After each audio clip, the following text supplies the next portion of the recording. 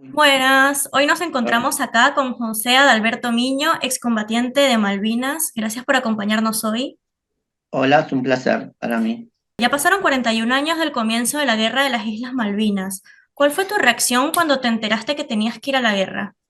Bueno, mirá, en ese momento, bueno, yo estuve en el conflicto como soldado, ingresé el 17 de octubre de 1981. En ese momento el servicio militar constaba de un año, así que, bueno, cuando me tocó hacerlo, en ese momento se sorteaba por los tres últimos números del DNI.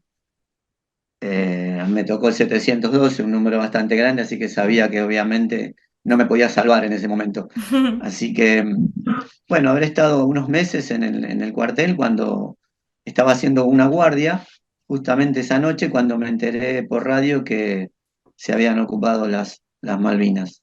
Y sabía que seguramente mi regimiento, yo lo hice en el regimiento 3 de Tablada, y sabía que ese regimiento seguramente iba a ir a las islas porque era un regimiento que en ese momento estaba castigado. No me acuerdo por qué motivo, seguramente creo que fue algún tipo de alzamiento militar en años anteriores, así que tenía un castigo de por vida.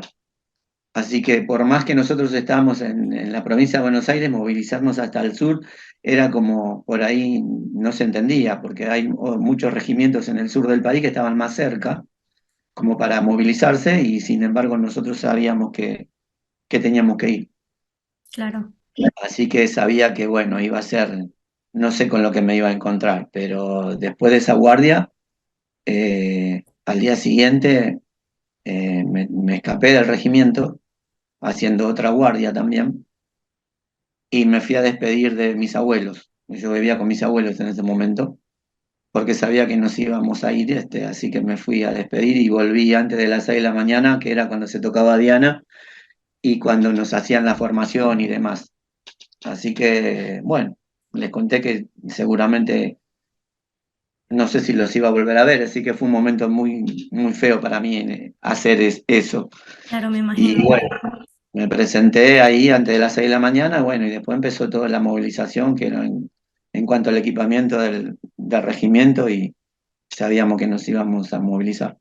¿Cuáles fueron tus primeras impresiones al llegar allá?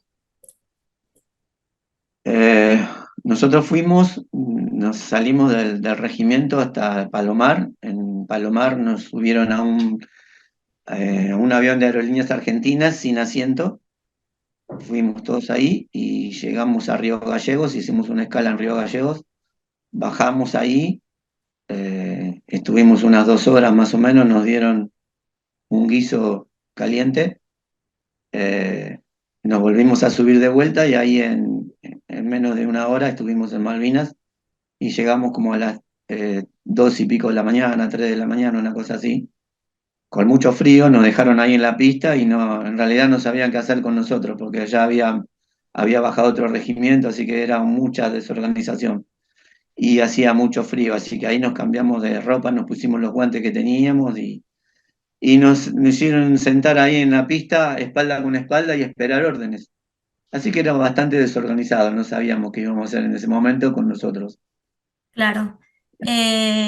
Sí, algo había escuchado de eso de la desorganización. Ujú. Eh, También de algunas donaciones. La gente donaba cosas y parece que a ustedes no les llegaba. ¿Es cierto eso? Y eso fue verdad, con el tiempo nos enteramos que la gente estaba, algunos que pudimos escribir algunas cartas que en ese momento se llamaban aerogramas, algunos que podíamos escribir algunas cosas, mandábamos aerogramas, y la gente se empezó a enterar de cómo estábamos y bueno, empezaron a organizarse acá en el país y a mandar todo tipo de donaciones.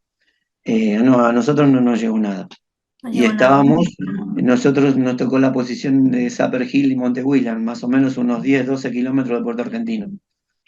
Y no, a mí no me tocó nada, pero algunos pocos compañeros llegaron algunas cartas más que nada, en vez de víveres y cosas así, que generalmente quedó todo en Puerto Argentino porque una vez nos llevaron a un día de esparcimiento, dijeron ellos, y ahí nos encontramos con otros soldados de infantería de marina, de aviación, que sí tenían todas las cosas, tenían muchas cosas para comer, ya además, digamos, ahí nos enteramos que se hacían unos 12.000 panes por día, y esos soldados todos los días tomaban mate cocido con leche, pan, y obviamente las donaciones que tenían de todo prácticamente, y nosotros que me bajábamos ahí como salvajes de donde Claro, estaban, ellos mismos nos compartieron muchas cosas que tenían, y no podían entender de que veníamos tan muertos de hambre, perdonando la expresión, ¿no? Y claro. ahí compartieron con nosotros y nos enteramos otra realidad, ¿no? Porque en Puerto Argentino estaban tan bien y a nosotros no nos hacían llegar la comida y estábamos a 12 kilómetros nada más. Después pasaron otras cosas, ¿no? Pero bueno, Si podrías nombrar uno de los mayores desafíos que enfrentaste durante ese conflicto, ¿cuál sería? desafío en cuanto a qué, por ejemplo. A la Valentía, la miedo. situación más complicada, que para ti personalmente fue más complicada de Lo vivir. más complicado de todo fue la retirada, digamos. Después de 74 días, nosotros, cuando entrábamos en combate, a mí me tocó, por ejemplo, la sección morteros, que se llamaba sección apoyo, y yo estaba encargado de un mortero de 81 milímetros, que mi mortero se componía con, por ejemplo, yo, que era abastecedor, eh, un cargador y un abastecedor, digamos, yo era cargador de mortero, otro que llevaba una placa base de acero para formarlo, otro soldado que llevaba un trípode y otro que era el abastecedor que armaba la munición. Nosotros estábamos al fondo de todos y cuando la infantería bajaba, nosotros teníamos que cubrir una cabecera de playa enorme, estábamos en una posición elevada en Zapper Hill, y cada vez que todas las noches salía alguna patrulla de reconocimiento hacia las costas, por si en ese momento o en ese lugar desembarcaban los británicos, nosotros con los morteros los asistíamos con fuego de munición o bengalas, ¿no? Para iluminar a la noche porque había muchos combates nocturnos. Lo más fuerte que me pasó fue la retirada cuando ya prácticamente a los ingleses con un batallón de Gurkha los teníamos encima, y la retirada, salir de la posición donde estábamos y tratar de llegar a Puerto Argentino fue lo más bravo que me pasó a mí como soldado por las cosas que tuve que ver en la retirada, ¿no? Porque no solamente nosotros tirábamos con lo que teníamos, sino que los soldados que se retiraban del batallón de infantería marina, mirar hacia donde nosotros teníamos que llegar era una odisea, porque caían bombas de todos lados, nos tiraban con nuestros propios morteros que habían abandonado otros soldados, más los cañones de ellos, y todo apuntaba a Puerto Argentino, todo el mundo tenía que correr para ese lado. Y ver eso en la retirada, cuando muchos soldados volaban por el aire, había un solo camino en el cual había que ir.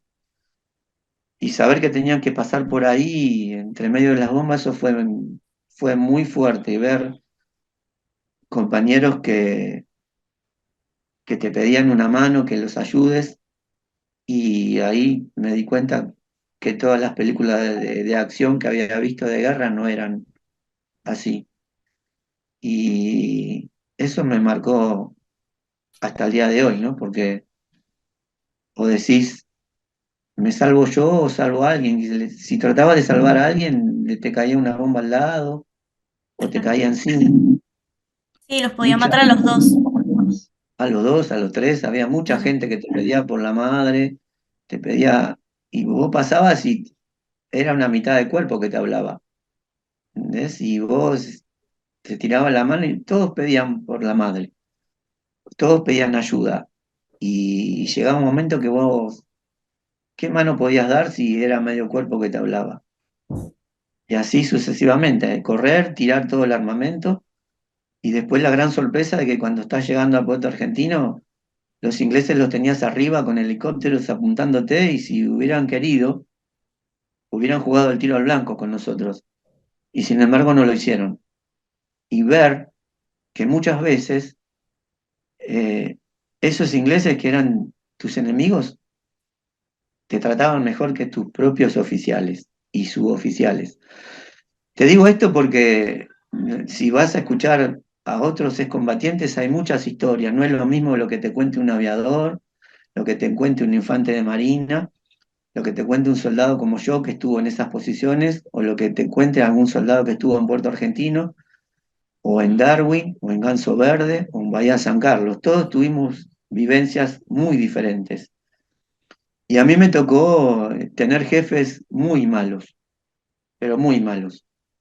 Entonces es como que el grupo de soldados de mi compañía hicimos todo lo posible, pero prácticamente lo hicimos solos, porque los que nos tenían que mandar en ese último momento de la retirada fueron los que más rápido se fueron y nos dejaron. Te digo nombre y apellido, Capitán Varela, por ejemplo, que hoy en día es mayor Varela, suboficial Guzmán, por ejemplo, y teniente primero Papa, que fue el único tipo que se quedó con nosotros a último momento. Nos hicieron formar, nos dijeron vuelen las cuevas que teníamos, porque prácticamente a último momento estábamos viviendo como salvajes, no teníamos ya prácticamente nada, la ropa la teníamos muy rota, las carpas estaban rotas, así que tuvimos que robar algunas chapas de algunos kilper que se habían ido y armábamos lo que nosotros decíamos como covachas. Pensá que ahí en el suelo donde estábamos nosotros hacías un pozo de un metro y medio y ya el agua brotaba sola. Muchos soldados se durmieron haciendo guardia adentro de los pozos y cuando se despertaban tenían el agua más arriba de los tobillos y después eso le costó a muchos amputaciones, ¿no? Por la gangrena. O sea, eh, hablar de esto a veces para mí fue muchas veces como terapia, pero cuando te preguntan cosas así puntuales, siempre a mí me tocó contar muchas, son cosas muy crueles, ¿viste? Que me tocó vivir a mí. Por eso digo que hay muchas historias diferentes, hay mucha gente que también se dice que son veteranos de guerra y sin embargo estuvieron dando vueltas en la zona de exclusión, porque también se le dio el mismo derecho que tuvimos nosotros, un aviador o gente que realmente combatió, a personas que estaban en un barco cerca de Malvinas, ¿viste? Sí, Digamos, entre paréntesis, pasándola bien. Y como estaba, y la ley dice que los que estuvieron cerca del Teatro de Operaciones Tom o el TOAS, Teatro de Operaciones del Atlántico Sur, son veteranos de guerra o excombatientes. Por eso te digo que vas a escuchar muchas historias diferentes. La mía fue muy cruel. claro. Bien. Cuando me dices que hablar de esto para ti es como una terapia, Sí. ¿cómo crees que te afectó emocionalmente participar en este conflicto? ¿Y cómo fue la inserción otra vez al mundo, básicamente? ¿Cómo fue la vuelta? Y pensá que cuando nos fuimos con una idea. Estuvimos, cuando llegamos y decidieron después dónde nos iban a poner, porque como te dije, nos habían dejado ahí en el aeropuerto, nos metieron en una barraca, dormimos ahí en el piso, todos amontonados. Cuando salimos de ahí nos hicieron caminar casi 20 kilómetros con todo el equipo, porque no sabían dónde ponernos. Cuando decidieron dejarnos ahí, tuvimos que subir esa pequeña montaña donde después quedaron las posiciones, yo te digo, en Sapper Hill, entre Sapper Hill y Monte William, allá arriba, y tuvimos prácticamente 15 días limpiando el armamento y esperando. Durante esos 15 días, digamos, nos mandaban mate cocido, bajábamos de allá arriba con unos tachos que le decíamos cilindro, y abajo venía un jeep con la morocha, le decíamos que son cocinas de campaña, en la cual consiste, es un carro con leña, con dos ollas grandes, en la cual puede haber, en una olla puede haber sopa, ponele, o mate cocido con leche, y en el otro puede haber un guiso.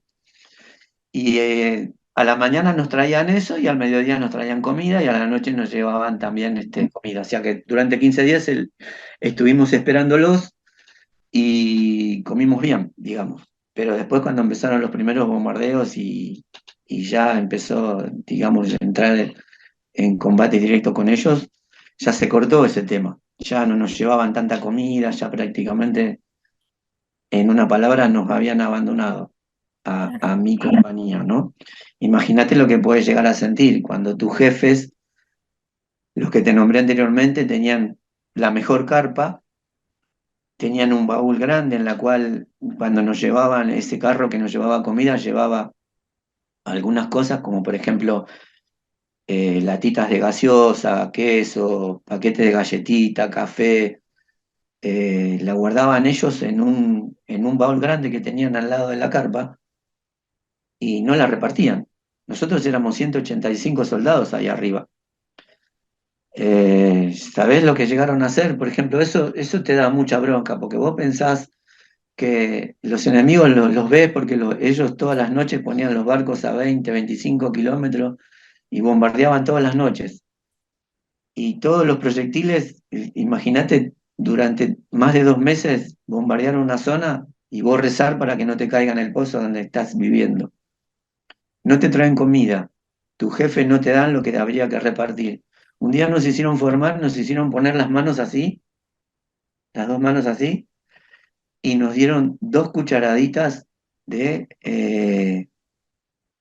mate cocido con leche, que venía en unas bolsas de 25 kilos, una cosa así, que era una donación de, creo que venía de Salta, no sé qué lugar habían donado, entre tantas cosas que donaron. Nos hicieron formar, poner las manos así y darnos 2 cucharaditas de eso y arreglátelas. Decime qué podíamos hacer con eso. Si no teníamos agua, nos teníamos que higienizar con el agua de los pozos que había, que muchas veces estaba congelada, y de la cual algunos se higienizaban ahí y otros tratábamos de dejar esos pozos ahí como para meter los vasos de las granadas para tomar agua fría a la noche, porque si no habías comido nada, imagínate la noche combatir y tomar esa agua fría, Claro, ¿no? muy Y complicado. así que son cosas que no las podés entender. Y después que veas que un soldado británico se baja su bolsón portaequipo, abre eso, nos mira con una cara como diciendo, no puedo creer que estos pibes nos presentaron la batalla que nos presentaron. Abra su equipo, saque su calentador de campaña, saque su jarro, abra unos sobrecitos, ponga agua, y se haga un terrible café con leche, abra unos paquetitos eh, de galletitas, te mira y te convide. Imagínate, cuando los que estaban con nosotros, sargentos o suboficiales, le dijo, no le agarren nada a estos gringos de M. Y el tipo te estaba mostrando la clase de persona que era, aunque éramos enemigos. Claro, Imagínate, son una sumatoria de cosas que gracias a Dios la puedo contar, podés volver y después empezar a pensar todo lo que pasaste. Eso me costó mucho, volver a la vida civil me costó muchísimo. Y no recibí ningún tipo de ayuda psicológica ni médica, a pesar de que tenía una herida. Cuando llegamos al cuartel, a la vuelta, en el regimiento, nos dijeron, todos los que vayan al hospital militar o pidan ir al hospital militar, no se les va a dar el DNI. Nos retenían el documento si íbamos al hospital militar. Así que yo lo único que quería era llegar y irme a mi casa y no saber más nada de todo eso. Así que son muchas cosas que cada uno de los que estuvimos ahí creo que llevamos la cruz de diferente forma, ¿no? claro. O Por sea, eso, por eso hubo tantos y tantos suicidios. Ya prácticamente la cantidad de suicidios de excombatientes superó la media de la cantidad que estábamos allá. La última vez que me enteré pasaban los 600. wow, es un montón. ¿Tienes, con tus compañeros, con alguno tienes contacto todavía? Eh, con uno solo que estuvo más que nada cerca mío, que vive en Matanza. Y después acá conocí otros excombatientes donde vivo que son de diferentes fuerzas y sí, tenemos contacto, que es más, hicimos un museo acá en Santa Teresita, que es el único museo bastante importante que tenemos sobre el tema Malvinas. Y ahí Bueno, está tengo muy bien. varios amigos, sí. Qué bueno.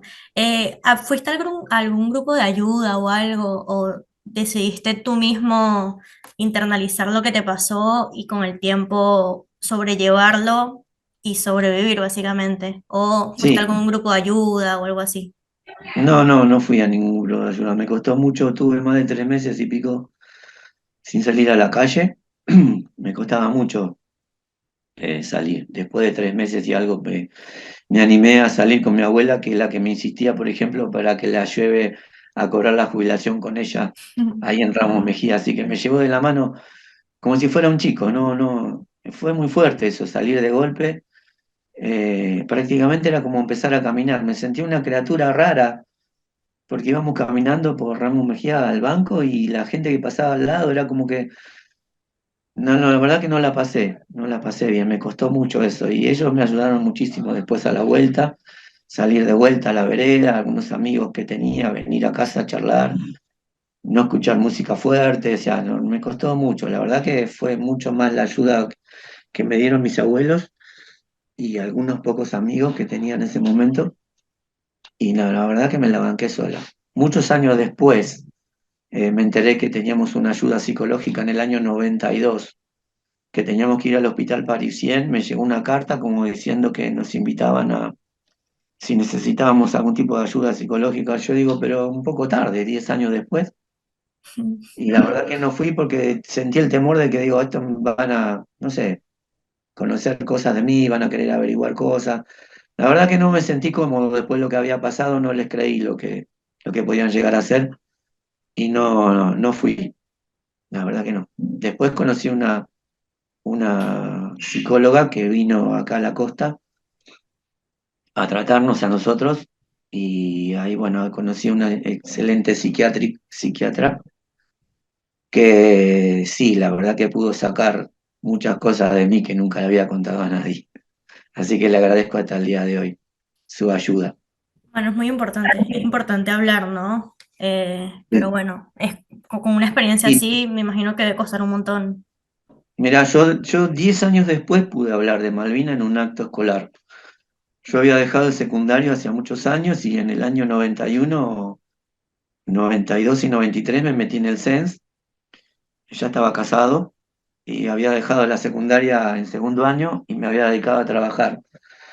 Y sabía que me faltaba algo, necesitaba progresar, quería hacer otra cosa, así que me insistieron para que haga el CENSE, así que en esos 3 años, año 91, 92, 93, que me recibí, pude terminar básicamente la secundaria, y en el año 92, en un año, ahí en un acto escolar, el profesor de historia nos había formado y bueno, y empezó a hablar él en el acto un 2 de abril, y por primera vez le levanté la mano y le dije si podía decir algo. Y en el medio del acto él se sorprendió y me dijo, sí, cómo no. Y me dijo, vení. Así que me puse delante del micrófono y no sé cómo hice, pero dije que era un excombatiente. Así que eso también fue muy fuerte por la mirada de todos los compañeros, los directivos y eso, y así que empecé a hablar solo. Me costó un montón. Claro, porque Pero hablarlo es como hacerlo realidad también, es como, mira, hacerlo real sí, para todos también. después de eso, bueno, todos me felicitaron, era como que después era, no digo un líder, pero me miraban como otra cosa, viste, diferente hasta que terminé. No, la verdad que fue una experiencia muy linda haberme dejado hablar y bueno, fue que después tuve que pasar por los otros cursos, dar una charla con este profesor de historia que la verdad me marcó mucho, me ayudó, me encantó, aprendí mucho de él, por eso fue como mi mentor, porque después de él, gracias a él también pude estudiar el profesorado, así que me recibí de profesor de historia, bueno, después seguí estudiando, hice una licenciatura en educación y hasta, bueno, empecé una maestría en ciencias sociales en la Universidad de La Matanza, que lamentablemente después tuve que abandonar cuando me vine a vivir acá a la costa, ¿no? Con otros planes. Pero prácticamente le agradezco mucho a ese profesor porque me ayudó muchísimo. No solamente con haberme dejado hablar ese año, sino que después me apoyó mucho en el tema de estudio y me acompañó para hacer lo que quería. Yo quería hacer, me quería parecer a él, porque era una persona que me abrió mucho la cabeza. Ahí me di cuenta que había perdido mucho tiempo en haber dejado de estudiar y realmente le agradezco porque eh, gracias a él me pude superar más, ¿no? De ahí a la universidad y demás. Así que, bueno, este tema después también me abrió muchas puertas, ¿no? Di muchas charlas, tuve la satisfacción de tener muy buenos alumnos. Ahora estoy jubilado, ¿no? pero un docente siempre sigue ejerciendo. Así que este tema me dio muchas satisfacciones porque todos los alumnos que pasaron por las aulas que tuve, me he encontrado con algunos que han estudiado, se acuerdan de mí, varios profesores de historia también entre ellos, así que me dio muchas satisfacciones esto también, este tema. Y realmente se enteraron cómo fue la otra parte de la guerra, ¿no? Porque siempre cuando llegaba el 2 de abril, empezaba la charla, no diciéndoles directamente a mis alumnos que eras combatiente, sino que trajeron información para hablar del tema y demás, así que me traían cartas, me traían revistas de la época, diarios, me contaban que un tío, un abuelo o un papá había sido combatiente y me traían cosas personales, que eso me marcaban mucho, así que cuando empezaba a hablar del tema le decía... eh, compartíamos esas fotos y esas cosas y ellos los dejaba hablar y me contaban y yo les hacía dibujos en el pizarrón y hasta que a veces me pisaba y les decía, porque caminábamos por ahí. Me decían, uy, ¿cómo caminábamos? Bueno, yo realmente estuve ahí, bueno, y ahí empezaba.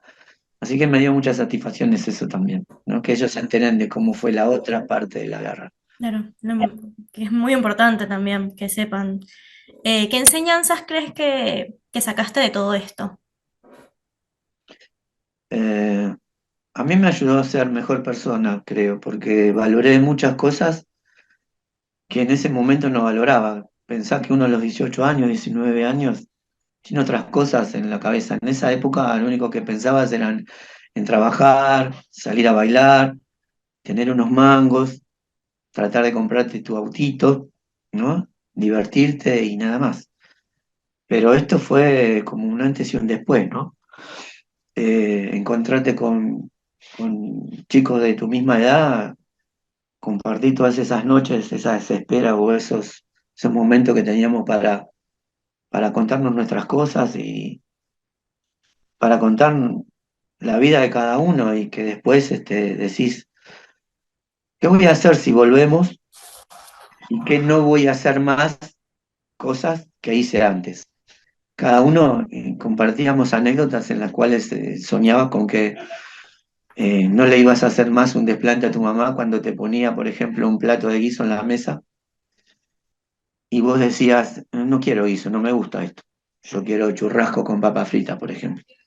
Sin saber el sacrificio que hizo tu mamá, tu papá, tu abuelo o quien está en ese momento en tu casa, sin saber el sacrificio que significaba ese plato de guiso y que vos contestes de esa manera.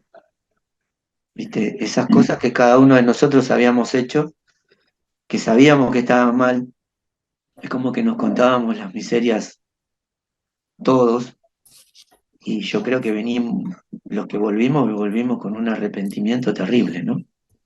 Y entre esas cosas te dije de ser mejor persona porque cambiamos completamente, por lo menos yo empecé a valorar hasta las pequeñas cosas que me ponían en la mesa, aparte del reencuentro con mi familia, que no era mucha, pero valorar todo. Cuando se iban a trabajar, cuando me despertaban con cariño y yo por ahí les contestaba mal, cuando me hacían un regalo, por ejemplo, en esa época se usaba mucho la zapatilla Flecha, que quizá para vos es algo nuevo, pero era una marca. Bien, Y en un cumpleaños me acercaron un par de zapatillas Flecha y yo dije, no, no me gusta esto, yo quiero Adidas. Y no se las agarré, ¿podés creer? claro, Ese desplante, no sabe eso, me calcomió la cabeza. Yo creo que a todos nos pasaba lo mismo, porque tratar de sobrevivir, que ya era mucho,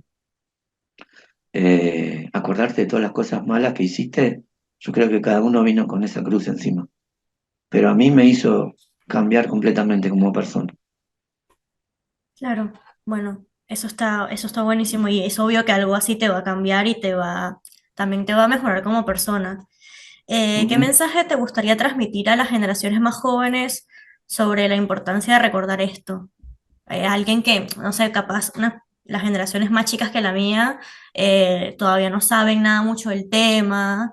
¿Qué te gustaría decirles? ¿Qué mensajes te gustaría darles? A mí lo que me llama la atención es que nosotros cuando volvimos siempre fuimos como escondidos, como que había que olvidarse del tema, como que a muchos les causó vergüenza el tema que hayamos perdido la guerra. Personalmente me tocó ir en el barrio donde yo vivía, la sociedad de fomento se enteró que habíamos dos soldados que vivíamos en ese barrio, que habíamos ido allá. Nos invitaron después de unos meses y que nos querían hacer un homenaje. Y cuando llegamos ahí, yo no lo conocía al otro muchacho, así que nos conocimos ahí.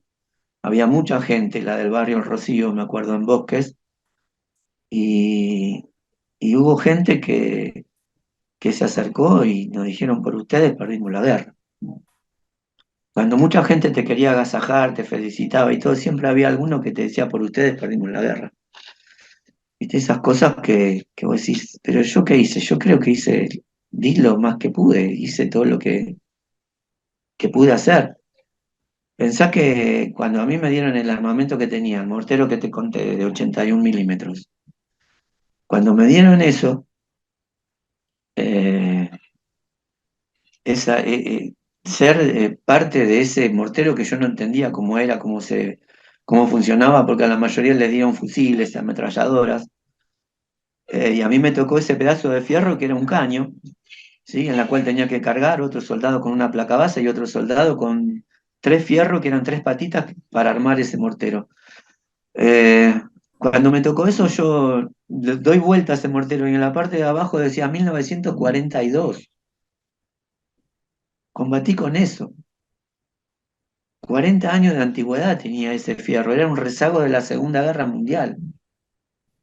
Yo tenía el mortero uno y mis compañeros tenían el mortero 2. El riesgo de eso era que cuando vos ponías un proyectil adentro, no saliera. ¿Y cómo nos habían entrenado cuando no sale ese proyectil? Contar hasta 10 y salir corriendo y tirarte cuerpo a tierra. Y si no explota, levantate, corré de vuelta, contá hasta 10 y tirate de vuelta cuerpo a tierra. Y así podés correr 2 kilómetros y no explota. Pero después tenés que volver a sacar el proyectil de ahí adentro. Y ahí sí puede explotar. Como le pasó a otro grupo de soldados el año anterior. Yo soy de la clase 62. La clase 61 me enteré que yo estaba en la compañía C. La compañía B, que estaba arriba nuestro, un día un sargento me mandó a pedirle a pedirle yerba a un cabo que estaba en la sala de armas. Cuando subo arriba, yo nunca había subido a esa compañía, aunque estaba arriba nuestro. Y vi una placa que decía, en memoria de los soldados, fulano, mengano, sección morteros, año 1980. Y yo digo, estoy en el 81, ¿cómo en el 80? En memoria de, cuando fui a encontrar a ese suboficial para pedirle lo que me había mandado el otro suboficial a pedirle, le dije, perdón, mi cabo, ¿qué pasó acá? Porque dice en memoria, dice, esos soldados el año pasado fuimos a hacer maniobras a Campo de Mayo y le explotó el mortero. No quedó nadie. Eso, imagínate cómo me marcó. Y saber que después iba a tener que hacer práctica con ese fierro de 40 años de antigüedad, que te digan que si el proyectil no sale, contá hasta 10 y salí corriendo. Y después me toca Malvinas y combatir con eso. Imagínate que cada vez que tirábamos en el suelo, eso se iba para abajo, porque el suelo de Malvinas es muy permeable. Ya te digo, haces un pozo de un metro y medio y el agua sale. Se te llena de agua el pozo. Y eso lo teníamos que cambiar continuamente de posición, ponerle piedras para que no se baje. Y cuando nos pedían fuego de artillería, había noches que tirábamos 15, 20, 30 proyectiles, con ese miedo siempre de que te explote ahí adentro. Claro. Así que imagínate lo que fue vivir con eso y a último momento tirarlo y te digan, corre hacia Puerto Argentino. Y en el camino ver todas las armas tiradas de tu compañero porque lo único que querías era correr y llegar a una barraca, a algún lugar, meterte adentro para salvarte, ¿no?